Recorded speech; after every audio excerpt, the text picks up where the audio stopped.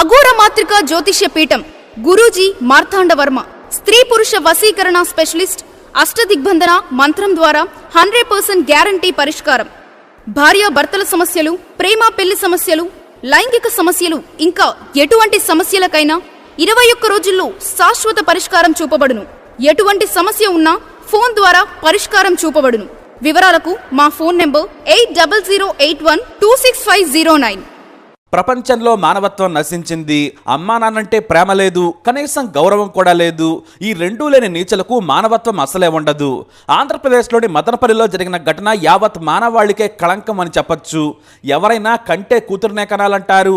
ఇక ఏ కూతురికైనా అమ్మ కంటే నాన్నే ఎక్కువ ఇష్టమని చెబుతూ ఉంటాం. అది మనం చూస్తుంటాం కూడా. ఇక తండ్రికి కూడా ఎంతమంది కొడుకులున్నా కూతురంటే అదో స్పెషల్ ఎఫెక్షన్. కానీ ఇది అబద్ధమని నిరూపించింది ఓ నీచురాలు. ఆమె పేరు హరిత, వయసు 24 ఏళ్లు. ఈ హరిత తండ్రి పేరు దొరస్వామి. ఇతనిది చిత్తూరు జిల్లా సుదుం మండలం చెరుకువారిపల్లె. కానీ కొన్నేళ్ల క్రితం మదనపల్లిలోని ఎగువ కొరవంక ప్రాంతంలో 2 అంతస్తుల ఇల్లు కట్టుకుని హాయిగా బ్రతుకుతున్నారు. ప్రస్తుతం దిగువ కొరవంకలోని ప్రాథమికోన్నత పాఠశాలలో టీచర్ గా పనిచేస్తున్నారు ఆయన. జూన్ 30న ఉద్యోగ విరమణ కూడా చేశారు. అయితే భార్య 1.5 క్రితం అనారోగ్యంతో చనిపోయింది. అదే ఆయన పాలిట శాపంగా మారింది. వృద్ధాప్యంలో హాయిగా భార్యతో కలిసి బ్రతకాలనుకున్నారు. ఇక ఏకైక కుమార్తెకు పెళ్లి చేసి ఇంటి దగ్గరే బంధువులతో జీవితం చివరి దశను సంతోషంగా గడపాలనుకున్నారు ఆయన. కానీ భార్య మరణం ఆయన కొంగదీసింది. ఇక కూతురే ప్రాణంగా బ్రతుకుతున్నారు. దొరస్వామి కూతురు హరిత BSc BAd చేసింది. ఇంటి దగ్గరే ఉంటోంది. కూతురంటే ప్రాణం కాబట్టి ఆమె ఏది కోరుకున్నా ఇచ్చేసేవాడు. తల్లి లేని కూతురని ఇంకా గారాబం చేశారు ఆయన.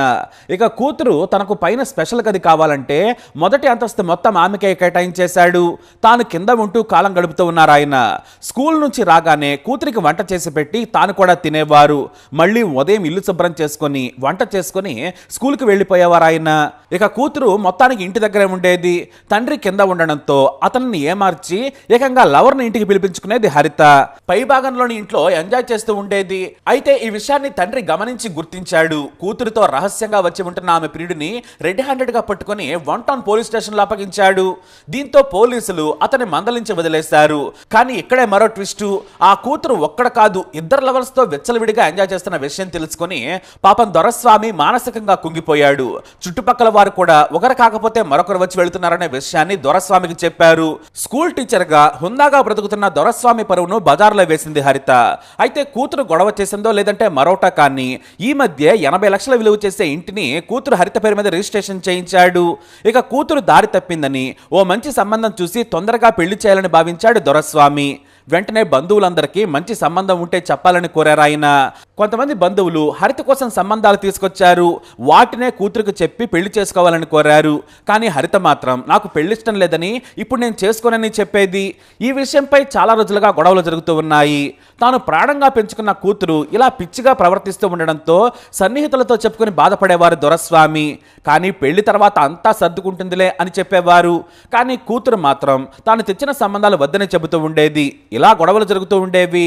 అయితే జూన్ 13న తెల్లవారుజామున దొరస్వామి ఇంట్లో నుంచి కేకలు వినిపించాయి. దీంతో ఏదో జరిగిందని పక్కింటి స్నేహితులు వచ్చి చూశారు. అప్పటికే దొరస్వామి రక్తమడుగులో పడి ఉన్నాడు.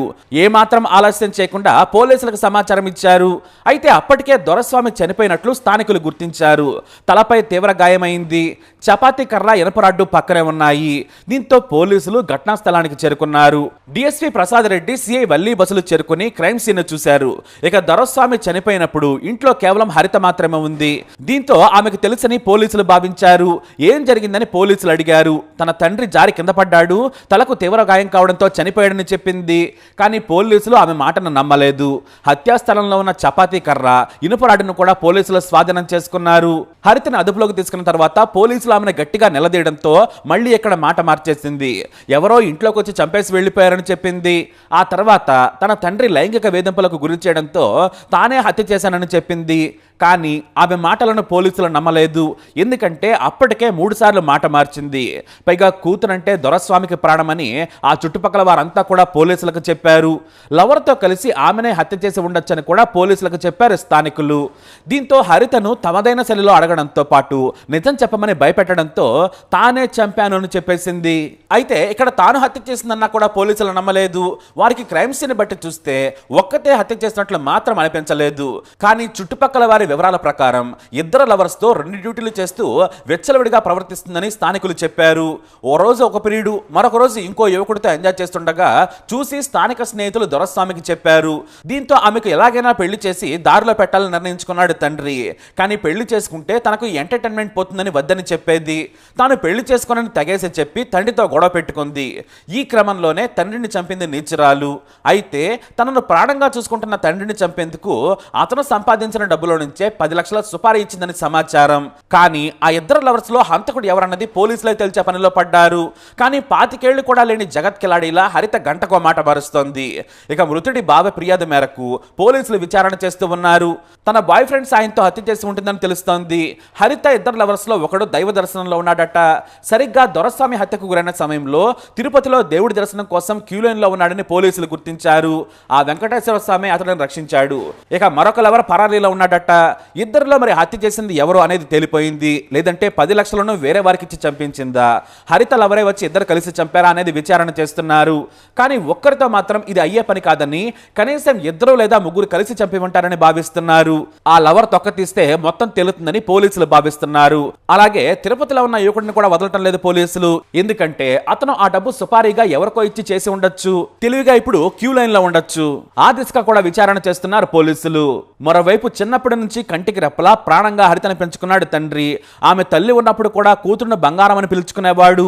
కూతురును తన దగ్గరే ఉంచుకొని దూరం పంపించకుండా చదివించుకున్నారు. పెళ్లి చేద్దామనుకునే సమయానికి దొరస్వామి భార్య మంచం పట్టింది. ఆమె అనారోగ్యం కారణంగా హరిత పెళ్లి ఆలస్యమైంది. ఇటు భార్య చనిపోవడంతో కూతురు విశృంఖల చేష్టలకు బానిసైంది. అదే దొరస్వామి పాలట శాపంగా మారింది. కంటే కూతురునే కనాలంటారు, కానీ హరిత లాంటి కూతురు ఏ తండ్రికి వద్దంటున్నారు స్థానికులు. మరో కొద్ది రోజుల్లోనే కూతురును మంచి ఇంటికి కోడలుగా పంపాలనుకున్నాడు. కానీ ఈలోపే ఆమె మాత్రం తండ్రిని కాటికి పంపింది. ఏ కూతురికైనా తండ్రే ప్రాణం అంటారు, కానీ ఏమైంది? హరిత బరి తెగించి తన వ్యామోహాన్ని తీర్చుకునేందుకు సొంత తండ్రినే చంపిందని స్థానికులు ఆవేదన వ్యక్తం చేస్తున్నారు. దొరస్వామిపై స్థానికులకున్నంత ప్రేమ ఈ హరితకు కూడా లేదు. మరి ఈ హరితను ఏం చేయాలి? మీ అభిప్రాయాన్ని కమెంట్ ద్వారా తెలియజేయండి. ఈ వీడియో అప్డేట్స్ కోసం మై ఛానల్ ఫాలో అవ్వండి. అలాగే తప్పకుండా సబ్స్క్రైబ్ చేసుకోండి.